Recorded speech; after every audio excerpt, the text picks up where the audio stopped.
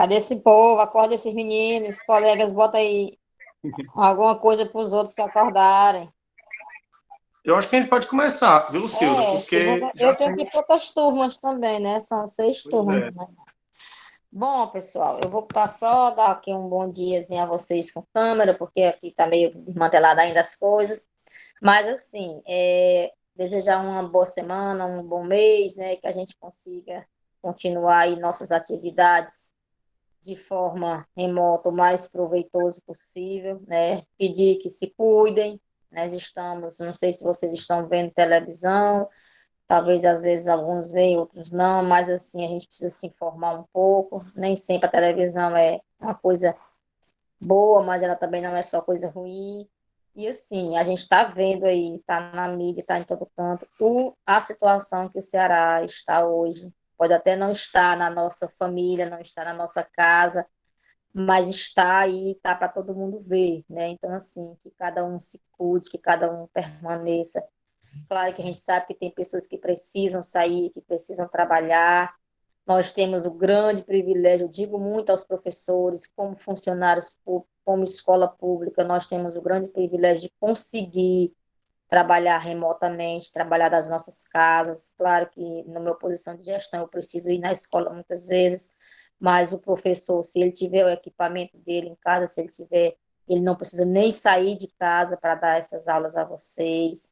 E assim, a gente buscou a cada dia melhorar esse ensino remoto. Sabemos que não é possível o presencial, mas é possível melhorar o remoto a cada dia, né? E assim, a gente botou esse novo horário aí pensando exatamente nisso. Foi discutido com vários professores, foi quase 3 dias de discussão, uma semana para a gente chegar nesse formato aí. E esse formato ele foi o que nós encontramos de mais proveitoso para vocês, alunos, e menos trabalhoso para o professor, que também é uma coisa bem pesada. Não pensem que é mais fácil para o professor dar aula em casa do que ir para a escola, né? É claro que é mais fácil presencialmente, é menos complicado, né? Mas a gente está esperando que dessa forma aí a gente tenha menos problema, né? Agradar a todos nós não vamos, porque nem Deus agradou a todo mundo, mas a gente está buscando desagradar o menos possível, né? Então, assim, pelo que vocês, não sei se todos já viram no grupo, mas eu vou só dar uma olhadinha aqui na segunda tela, e assim, o que é que hoje esse horário tem? Né? Ele tem duas aulas ou uma aula pelo Meet, que é aquela aula que a gente sabe que é necessário ter essa interação, foi uma das coisas que mais cobraram no ano Duas passado. mesmo, Silvia. Tem um dia que é só uma, amanhã ele só tem uma aula de É. biologia, pelo Meet, né? E das 5 aulas que existem nos horários de vocês, que a semana tem que ser contemplada, né? Vocês estão com 3 todo dia. De que forma? Eu acho que deu para entender bem aí. Aonde está o negrito, está a aula pelo Meet. Aonde está só a letra normal, está a postagem da aula como era antigamente. O professor só postar ou no Google Sala de Aula ou no link, que eu acho que a gente deve sim continuar com as duas opções, porque o aluno, nem todo aluno tem condição, tem o Google Sala de Aula, e o link é uma coisa que atinge a todos praticamente, a não ser que a pessoa não tenha um celular. E assim, alguma dúvida, eu acredito que não tem, porque está tão claro aí, e também a novidade, né? Que nem toda semana o professor vai dar aquela aula pelo Meet. Então, a gente dividiu por duas áreas, como foi colocado aí no texto. Essa semana, por exemplo, vocês estão vendo aí, semana um, semana 2. A semana um, quem é que vai dar aula pelo Meet? O pessoal de português, que é toda a área da linguagem, português, educação física, inglês, arte, quando é lá no primeiro ano que tem arte, e o professor de química, física ou biologia. Nesse caso, é a área de natureza, né? Então, natureza e português da aula pelo Meet essa semana. Os outros permanecem tendo suas aulas, apenas é postagem, né? Vocês não vão deixar de ter a aula, apenas é uma postagem sem o Meet. E na segunda semana, que é a próxima, quem é que vai dar aula pelo Meet? O NTTPS, o pessoal de humanas e matemática, né? Que é o quê?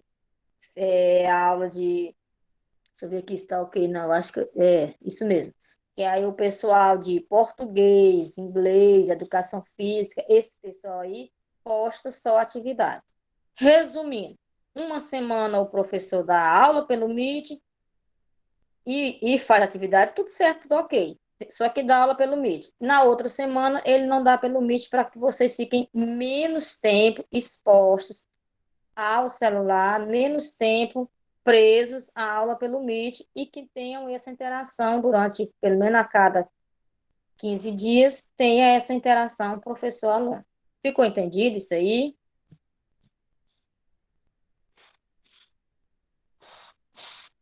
Se tiverem alguma dúvida, pessoal, é o momento de perguntar, viu? Se não, a gente passa, né? Vai aos poucos. Mas, assim, é muito importante que vocês entendam que tem o quê? A aula, ela não deixou de existir. Ela apenas está a cada 15 dias pelo Meet e ela está na outra semana na atividade normal que o professor posta. E essa atividade pode até ser uma atividade menor, alguma coisa, e vocês não vão ter, eu vejo um grande diferencial do ano passado, é que vocês não vão ter aqueles 5 atividades que era uma loucura num dia só, né? A coisa está mais espalhada e está menos puxada para todo mundo, tá bom? E eu queria também fazer aqui um pedido. Eu estou com com o computador aberto e mais uma vez eu não sei o que está havendo.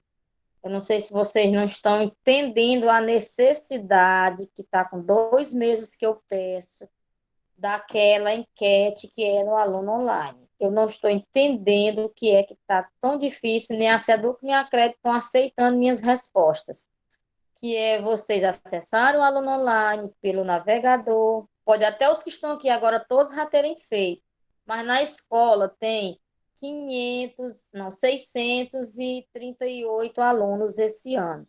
E até agora só 188 responderam. Um questionáriozinho básico, pequeno, que é só você dar opinião sobre a alimentação escolar e eu preciso que responda 289 pessoas. Então, eu ainda estou com 101, tem respondido 188 e eu preciso de 289. Então, ainda tenho 101 alunos que não respondem. Sem responder, eu não posso fazer as compras de 2021. Eu não sei o que está havendo, que não estão entendendo isso, a necessidade de só abrir ali o aluno online. Eu garanto que eu sou capaz de ficar um dia todinho só resgatando senha de aluno online, mas eu preciso que isso seja feito. Eu não entendo por que, que não estão fazendo isso, né? Eu estou sendo cobrada, estou sendo até. Assim, a SEDUC vai querer que eu me explique, eu acho. Por que, é que esses alunos não conseguem abrir o aluno online? Se eu digo que todo mundo tem aluno online, né? Se a maioria da escola tem acesso, que nós comprovamos que tem acesso à internet, foi entregue o chip para isso, né? Então, não tem mais explicação dos alunos não acessarem as coisas, né? Queria pedir a vocês que, por favor, depois da aula, não precisa parar de assistir aula agora só para isso, já aumentaram mais uma semana porque a escola não atingiu a meta, mas eu preciso chegar no fim disso aí, preciso que atinja, tá? Então, assim, se você já fez, quem está aqui agora na aula, ajude um colega, dê uma cutucadazinha aí para alguém fazer, porque eu não entendo por que, que não foi feito, tá bom? Mais alguma coisa? Posso sair, que eu vou lá para o terceiro e para o primeiro também ainda. Tem alguma pergunta aí? Alguma coisa aí no chat? Olha o chat que eu não olhei. Não, Não, não, né? Então, não. pronto. Então, bom dia e boa semana para todos nós. Bom dia. E aí, pessoal? Agora a gente começa nossa aula com conteúdo mesmo, certo? Eu espero que tenha ficado claro aí a questão. Então, quer dizer que, ó, hoje, 8 horas tem aula de português, certo? Aí tem um intervalo de 10 minutos, aí 9 horas tem aula de inglês. Tem um intervalo de 10 minutos, 10 horas tem a postagem da atividade, certo? Não é aula no Google Meet, é só a atividade, postagem da atividade da disciplina de matemática, certo? E aí tem aí já segunda, terça, quarta, até a sexta-feira, certo? Aí tem essa semana 1 e aqui tem a semana 2, que é a próxima. Quando for depois, aí a gente volta para a semana 1 de novo. E aí fica sendo sempre assim. A semana 1 tem todas essas aulas e tudo. Depois a gente vai lá, semana 2, e fica indo e voltando. Certo? Aí, pessoal, na aula passada, a nossa última aula, certo? Que já tem 2 semanas, se eu não me engano, foi exatamente a semana de 15 a 19, né? Nós iniciamos aqui a explicar sobre o romantismo, né? Explicamos aqui um pouco sobre o romantismo, fizemos essa atividadezinha aqui, certo? Que eu vou abrir aqui, ó. E aí, pessoal, lembrando sempre que eu tenho a minha tela que eu estou explicando e tem essa outra tela aqui que é interessante fixar essa outra tela, certo? Que é a tela que está o slide ou a atividade ou alguma coisa do tipo, certo? Então, aqui eu tenho a atividade que foi passada na aula passada, na aula anterior, certo? É interessante que você fique vendo essa atividade aí, porque nós iremos fazer uma correçãozinha rápida, até porque era uma atividade muito fácil, muito pequena, e que tinha a ver um pouco, tinha muito a ver com a nossa explicação aqui. Só relembrando, na última aula, nós falamos sobre o romantismo, explicamos o que era o romantismo e tal, parará, parará, explicamos a parte histórica, falamos um pouquinho sobre algumas obras românticas, mais especificamente, como exemplo, como era uma coisa muito introdutória, como exemplo, foi falado sobre Werther, certo? Que é uma obra romântica da Alemanha. E aí eu contei aqui um pouco a história e tudo mais e tal. E depois nós vimos aqui também um vídeo, que esse vídeo, inclusive, apareceu de novo aqui na atividade. Maiara e Maraísa e Marília Mendonça, dá vontade até de tomar uma, cantando essa música aqui, que é uma música mais antiga, chamada Nuvem de Lágrimas. Uma música, assim, que a gente pode dizer que, de alguma forma, tem a herança romântica aqui muito forte, né? Porque tem o exagero, tem aquela coisa muito sentimental, aquela coisa muito derramada, aquela coisa muito ofegante, meu Deus do céu, que eu vou morrer de amor, aquela coisa toda, né? Então, a gente pode dizer que essa música, de alguma forma, é herdeira do romantismo, ok? Nessa atividade aqui, eu queria inclusive chamar a atenção disso, só voltar aqui, ó, 24 alunos responderam essa atividade. Então, aqui, ó, 24 alunos responderam a atividade, certo? A meu ver, ainda está um número muito baixo de pessoas que estão respondendo à atividade, certo? É mais ou menos a mesma quantidade de pessoas que a gente tem aqui na aula, né? E, na verdade, essa atividade aqui ela é para todo mundo, ela não é só para aquelas pessoas que estavam na aula síncrona. Então, eu acho que tem, eu acho não, é óbvio, né? Tem muita gente aí deixando de fazer a atividade, pessoal. E eu queria lembrar que a atividade, fazer a atividade é essencial, porque é a sua presença, certo? A sua presença, ela é contada pela atividade. A nossa aula síncrona aqui, ela é muito importante, ela vai valer nota. Quem está participando, eu faço a frequência, quem está participando tem uma frequência específica só, que é só aqui, certo? Mas não é a nossa frequência da escola. A nossa frequência da escola é a atividade. É você fazer a atividade, certo? Essa aula aqui, ela vale nota, ela tem um bônus, ela é importante, até porque todo mundo, até agora, pelo menos todo mundo, de todas as turmas que participam, está dizendo que está gostando, que é essencial, que a explicação é boa e tudo mais, que no ano passado sentiu muita falta disso. Então, a gente está tendo a oportunidade aqui de interagir um pouco mais, explicar o conteúdo e tirar dúvidas e tal. Porém, não pode deixar de fazer a atividade. É essencial fazer, porque, como eu disse, repito, é a sua presença. Então, o que contou que você participou da aula é você ter respondido à atividade, certo? É extremamente importante. Então, a gente vai aqui fazer essa correçãozinha rápida, ok? E aí a gente vai voltar depois e ver outra coisa. aqui para você colocar seu nome e tal e tal. Tinha a música que a gente não vai ouvir de novo, né? Que eu até lembro que naquele dia alguém disse, meu Deus do céu, professor, uma hora dessa, botando essa sofrência aqui para nós, meu Deus, dá uma vontade de morrer tão grande uma hora dessa. Pois é. Aí, olha só o que é que diz aqui na primeira questão. Diz assim, apesar de ser uma canção da atualidade, é possível identificar características do romantismo na letra de Nuvem de Lágrimas. Que características românticas você observou? Aí eu vi lá as respostas, foram respostas muito boas. Quem fez foram excelentes respostas. O que, é que tem aqui que é claramente romântico? O sentimentalismo, a questão do exagero, o amor platônico está muito presente aqui. Vamos relembrar o que é o amor platônico? É aquele amor que não se concretiza na realidade, ele é só na idealização. Aí também é uma outra coisa que está presente aqui. A idealização também está muito presente. Por quê? Por isso, é um amor que não se concretiza, não precisa se concretizar, certo? Ele é só do mundo das ideias. Depois, a gente tem aqui um trechozinho que eu peguei do livro Sofrimentos, certo? Cadê, meu Deus do céu? Me perdi. Pronto. Aqui tem um trecho, né? Um trechozinho daquele livro que eu comentei na sala de aula, Werther, certo?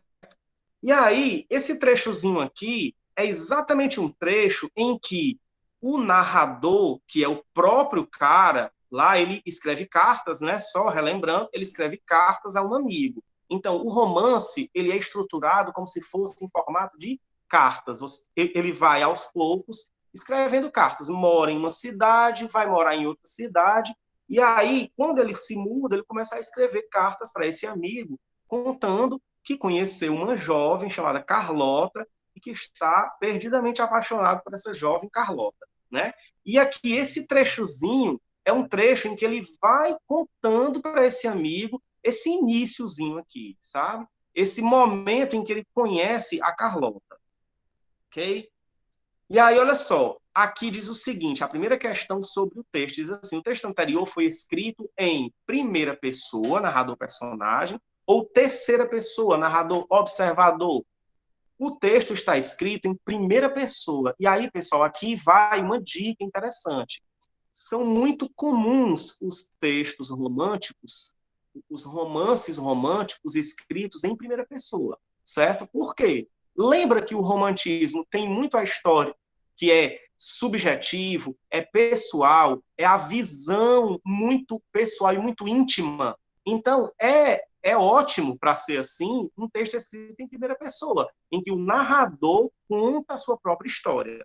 Professor, o senhor está querendo dizer, então, que não existem romances românticos que são narrador-observador? De jeito nenhum. Existem muitos romances românticos que o narrador é observador, mas existem também muitos romances em que o narrador é personagem, certo? Por isso, porque ele vai apresentar a visão dele a respeito das coisas. Então, nesse caso aqui, a gente tem um narrador que é observador. Olha só, ele diz assim, por que não te escrevo? Pergunto, logo tu que és, deverias adivinhar. Aí lá na frente ele diz assim, ó, tudo o que aqui digo que eu digo. Então, o que é que significa dizer isso? Ele está contando a história dele mesmo, né? Tudo o que aqui digo a respeito dela, não passa de palavreado inútil. Então, vou contar-te, ó, eu vou, né? Então, aqui é um texto narrado em primeira pessoa, certo? Aí, agora, a próxima diz assim, marque a seguir uma característica do romantismo presente no texto anterior. Todas essas características aqui, pessoal, são características do romantismo: idealização feminina, nacionalismo, volta ao passado, idealização do índio. Tudo isso aqui é característica do romantismo. Porém, nesse texto aqui especificamente, o que a gente consegue encontrar? A gente consegue encontrar a idealização da mulher. Você pode ver que quando ele está se referindo a amada dele, Carlota, ele tá assim, olha só o que ele diz aqui, contar-te, respeitando a ordem dos acontecimentos, como cheguei a conhecer uma das criaturas mais adoráveis deste mundo. Olha o exagero, né? Olha a idealização. Então, ele está aqui o tempo inteiro idealizando a mulher.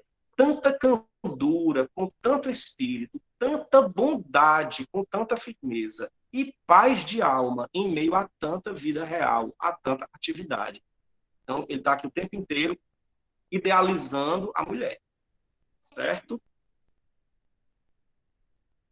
Que fato histórico a seguir está relacionado ao surgimento do romantismo no Brasil? Aqui não tem mais a ver com o texto. Nós falamos isso aqui na sala de aula aqui, né? Nós falamos isso, né? Eu expliquei sobre isso aqui de forma, assim, até quase repetitiva. Que fato histórico tem a ver com o surgimento do romantismo no Brasil? É a chegada da família real ao Brasil em 1808.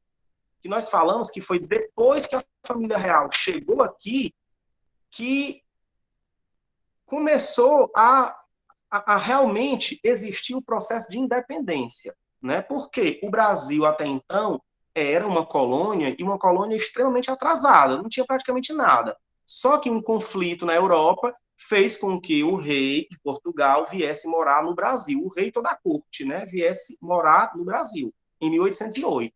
E a chegada deles aqui fez com que, de alguma forma, a cidade do Rio de Janeiro, que era a capital do Império na época, do Império não, desculpa, que era a capital, a gente pode dizer até assim, da corte na época, certo? Fez com que a cidade se desenvolvesse um pouco mais, né?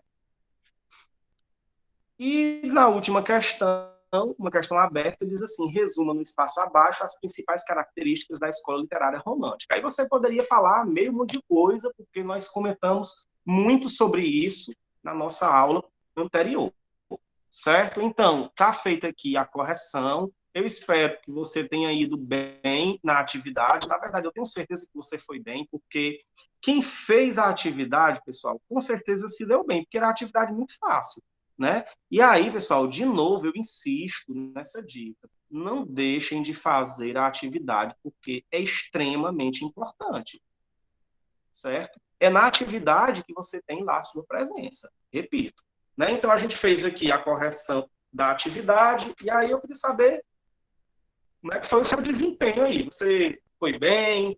Acha que acertou? Acha que fez bem? Era, como eu disse, uma atividade muito fácil, muito curta, né? E que isso aqui, pessoal, em 10 minutos a gente faz. Então, não tem desculpa para dizer, não fiz, que era muita coisa. Não, é relativamente tranquilo. E agora, principalmente, por quê? Como é que vai funcionar? Hoje a gente vai ter aula, certo? Na semana seguinte, eu vou postar atividade de português sobre esse conteúdo aqui. Então, a gente não vai acumular nada, certo? A gente não vai acumular. Por quê? Não vai ter aula e atividade no mesmo dia.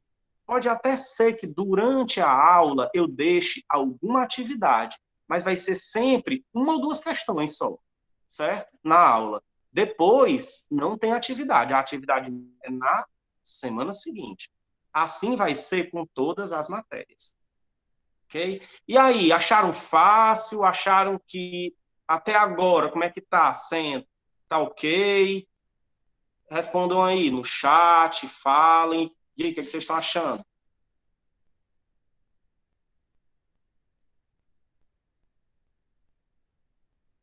Pronto. O Matheus está dizendo que está tudo ok.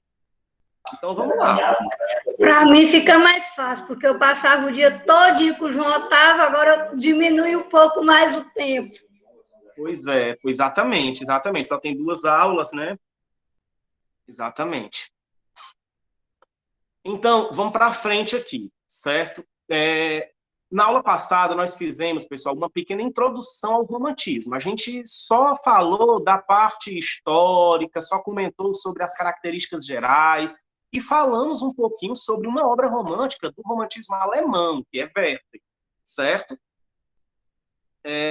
Só que na aula de hoje, o que a gente vai fazer? Na aula de hoje, a gente vai falar um pouco mais sobre o romantismo no Brasil e sobre obras românticas que foram importantes na literatura brasileira, certo? Só para a gente relembrar que o romantismo no Brasil ele começa em 1836, certo? É lançado um livro de poesia chamado Suspiros Poéticos e Saudades, certo? E esse livro é considerado como a obra inaugural do romantismo no Brasil, né?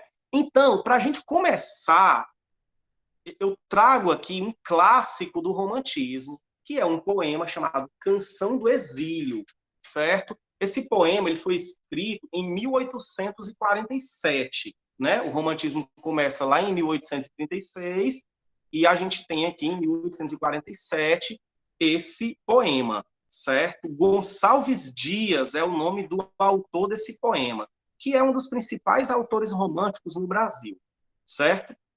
E aí, pessoal, olha só, a gente pode dizer que essa obra aqui é... Olha, meu Deus do céu, sumiu aqui, peraí que já vai aparecer. Que essa obra aqui é um dos textos mais clássicos da literatura romântica.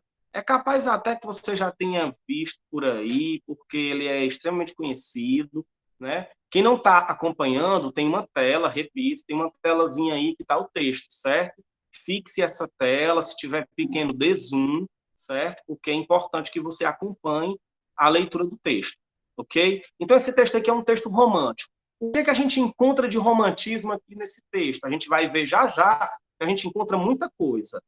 Talvez você não saiba o que significa exílio, certo? Exílio é quando a pessoa, por exemplo, é de um país e ela está em outro país, por alguns motivos. Pode ser porque a pessoa foi expulsa do país, por exemplo, ou pode ser também porque a pessoa quis morar em outro lugar.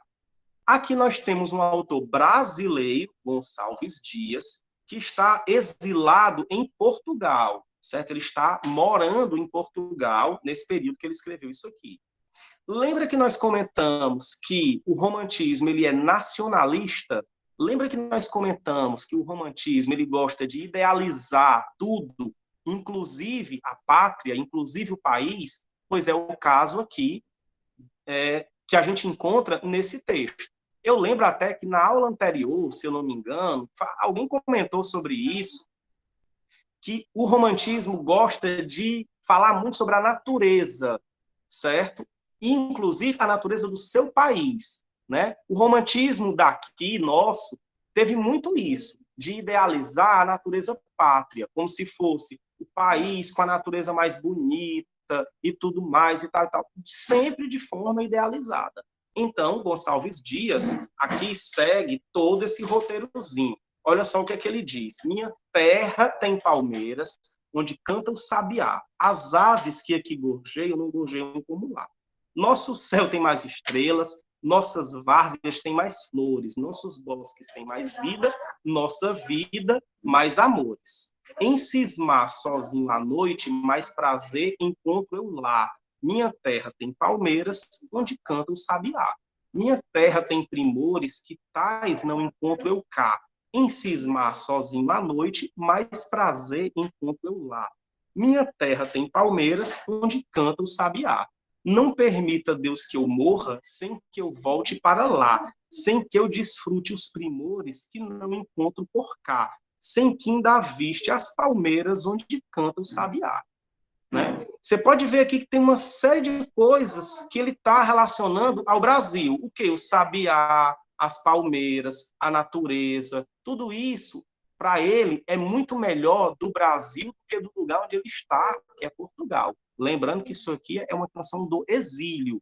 Então, ele está em Portugal e ele fica o tempo inteiro relacionando o lugar onde ele está, que é Portugal, com o Brasil. E sempre dizendo que o Brasil é muito superior. Minha terra tem palmeiras, onde canta o sabiá, as aves que aqui gorjeiam, ou seja, as aves que aqui cantam, não gorjeiam como lá. É como se fosse assim, ó, as aves daqui, elas não cantam tão bem quanto as aves lá do meu país, né? O nosso céu tem mais estrelas, nossas várzeas têm mais flores, nossos bosques têm mais vida, nossa vida mais amores. Talvez até você esteja reconhecendo que isso aqui está lá no hino nacional também, né?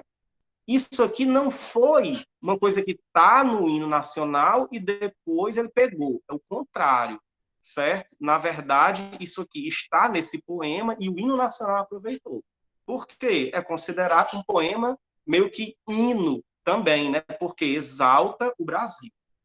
Então, ele está o tempo inteiro relacionando, contrastando Portugal e Brasil e dizendo que aqui é muito melhor. Aqui, no caso, o Brasil, ele chama de lá, né? Porque ele não está no Brasil. Okay? Então, está aqui um exemplo de obra romântica, certo? E bem característica mesmo do que é o romantismo, nacionalista e tudo mais. Né? Nós vamos agora falar um pouquinho sobre outra obra. Esse aqui não é um poema, é um romance, chamado A Moreninha. A Moreninha é uma das obras mais emblemáticas do romantismo no Brasil. Joaquim Manuel de Macedo, lá em 1844, lançou A Moreninha. Lembra que na aula passada foi dito que era muito comum que os escritores na época escrevessem no jornal, né? Eles encartavam um capítulo do livro todo dia no jornal. Então, foi assim que a Moreninha, inclusive, foi lançada, como se fosse uma novela, como se fosse uma série. Todo dia saía um capítulozinho lá e a pessoa comprava o jornal para ler o capítulo do livro. Isso era chamado na época de folhetim, certo? E aí vamos aqui contar um pouquinho, de forma breve, rápida, um resumo dessa história, A Moreninha, certo?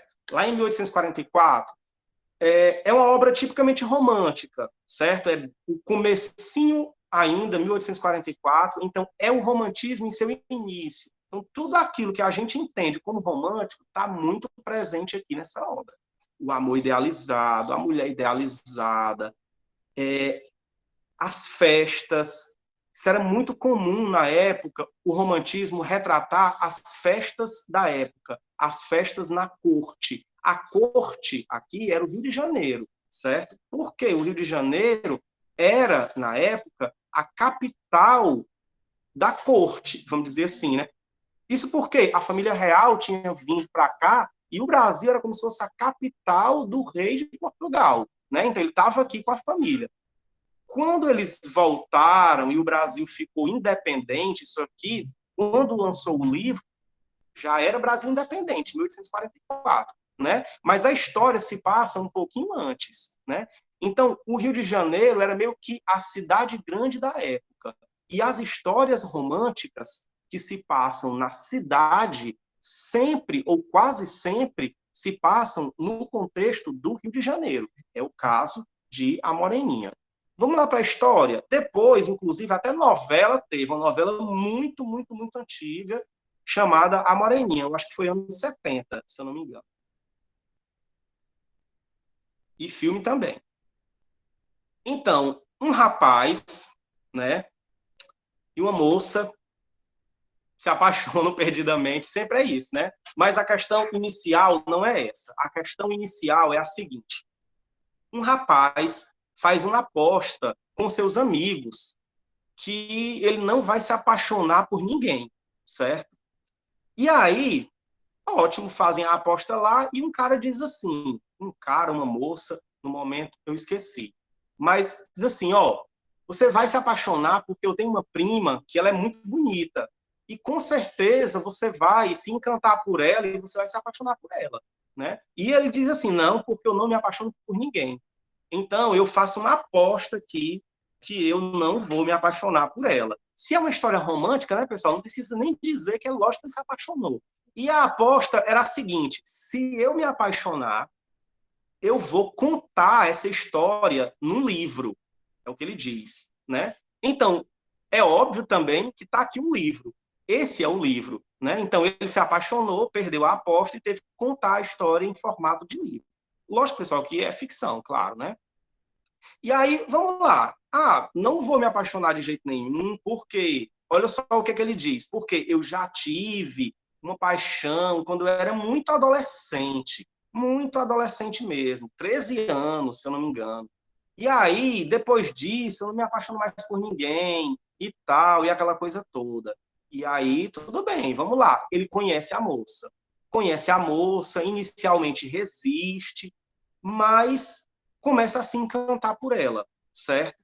Lembrando que ele disse que não se apaixona porque lá com 13 anos de idade ele tinha se apaixonado perdidamente por uma mocinha, só que tinha havido um problema e essa mocinha tinha ido embora da cidade, né? E aí ele nunca mais a viu. E ele vivia meio assim, decepcionado com essa questão, né? Porque ele tinha se apaixonado, ela tinha ido embora e tal. Aí ele, mas não tem jeito. Quando ele conhece a tal primazinha lá, ele se encanta por ela, né? E se apaixona por ela. E eles começam a viver um romance, e esse romance começa a ficar muito estranho, porque ele começa a perceber que parece que o que ele está vivendo com essa moça é muito parecido com o que ele viveu lá atrás com aquela meninazinha de 13 anos que ele se apaixonou por ela quando ele também tinha 13 anos. Inclusive, tinha um detalhe que era interessante, que era quando aquela moça foi embora, aos 13 anos, ele tinha dado para ela, eu não lembro se um colar, um anel, alguma coisa assim, mas eu acho que um colar. E aí, depois, ao longo da história, ele vai percebendo que, na verdade, essa moça que ele está apaixonado hoje é aquela mesma moça que ele tinha conhecido quando ele tinha 13 anos de idade. Pessoal, vamos aqui ser racionais, certo? Não faz nenhum sentido. Vamos ser sinceros, né? Não faz nenhum sentido, do ponto de vista racional, essa história. É, na verdade, uma história para contar uma historiazinha bonita de amor. Por quê? Se dissesse assim, não, ele conheceu aquela moça quando ele tinha, sei lá, 5 anos de idade, e hoje ele tem 40, e aí eles não lembram mais, fazia até algum sentido. Mas não, eles tinham 13 anos de idade, e hoje, quando a história aconteceu de novo aqui, eles têm 20 e poucos anos. 20 e pouco. Como é que você não lembra de uma pessoa, você tem 20 e poucos anos, como é que você não lembra de uma pessoa que você namorou, vamos dizer assim, quando você tinha 13 anos? Isso não faz nenhum sentido. Mas o romantismo, lembrando, ele gosta dessas idealizações. As histórias românticas, às vezes, eles têm esses furos que a gente percebe, a gente olha e diz assim, cara, isso aqui é balela, isso aqui não existe. Isso aqui não tem como acontecer desse jeito. É igual novela. Como eu disse, as novelas de televisão são uma herança do romantismo. É a mesma estrutura narrativa, geralmente, do romantismo. A Moreninha é bem isso, é bem uma historiazinha de novela, né? É bem uma historiazinha malhação, vamos dizer assim, né? Que tem aquele mocinho, a mocinha, e que eles se conhecem, e que no início tem aquele problema. Por exemplo, eles, né, se conheceram antes, não deu certo, porque ela foi embora, e ele ficou com isso na cabeça, não vou me apaixonar por mais ninguém, porque eu sei que um dia vai voltar aquela moça que eu conheci. E aí, quando ele se apaixona de novo, inicialmente não sabendo que se tratava daquela moça, depois ele descobre que, na verdade, é aquela moça. Né? Então, é uma história tipicamente romântica. Vale a pena a gente, com os olhos de hoje, ler A Moreninha. A gente encontra muita coisa que a gente, dá, às vezes, até dá risada, a gente ri, porque se torna engraçado hoje. Mas é uma história bem, bem doce, interessante. Certo? Agora aqui a gente vai para outro romance, que é Senhora. Eu coloquei aqui em cima que Senhora é de 1844, mas não é, pessoal. Eu aproveitei o mesmo slide aqui e eu coloquei em 1844 porque estava no outro slide, mas Senhora não foi lançado em 1844. Eu não sei que ano foi, vou ser sincero, vou até olhar aqui, certo? Qual foi o ano em que o romance Senhora foi lançado, certo? Isso porque Senhora já é um livro do final do romantismo, né? Pronto, 1875. 1875. Então já é uma obra mais madura do final do romantismo. Deixa eu colocar aqui, 1875. E a gente já vai ver aqui agora que é um outro tipo de história romântica. É uma história romântica que já faz mais sentido, certo? É uma história romântica que a gente já consegue ver traços da realidade mais fortes, porque é um romantismo que já está no finalzinho. Em 1881 acaba o romantismo e começa o realismo. Okay? E aí vamos lá, mas é romântico ainda, viu? Então, a história do amor, que vence tudo, que é o sentimento mais importante, também está muito presente aqui em Senhora, de José de Alencar. Vamos lá, que história é essa? Senhora, uma moça, né, muito pobre, de repente ganha uma herança, certo? E uma herança que ela tinha de um tio que não tinha nenhum herdeiro e essa herança acabou indo para ela. O romantismo também tem muito isso. Do nada acontece alguma coisa e muda completamente a vida das pessoas. Novela, né? Novela também é isso. Você olha assim e diz, meu Deus do céu, isso aqui vai dar tudo errado, isso aqui não vai dar certo. Aí, de repente, acontece alguma coisa, pum, tem uma reviravolta e tudo muda, né? Romantismo. Então, a moçazinha, certo? Muito pobre, ganha uma herança. Ainda pobre, tinha um rapaz chamado Fernando Seixas. E esse rapaz, ela era muito apaixonada por ele, né? Queria se casar com ele e tudo mais. E aí, ele nunca quis nada com ela, porque Fernando Seixas era conhecido por ser caça-dotes. Que é um caça-dotes? Quem já assistiu História de Época aqui, talvez lembre que antigamente, nesse tempo aqui tinha isso, quando o homem e a mulher iam se casar, o pai da noiva dava um dote, certo? É como se fosse um dinheiro para eles começarem a vida, né? Que poderia ser um dinheiro, ou um imóvel, uma casa, sei lá, alguma coisa assim. E aí, a partir dali, eles iam iniciar a vida.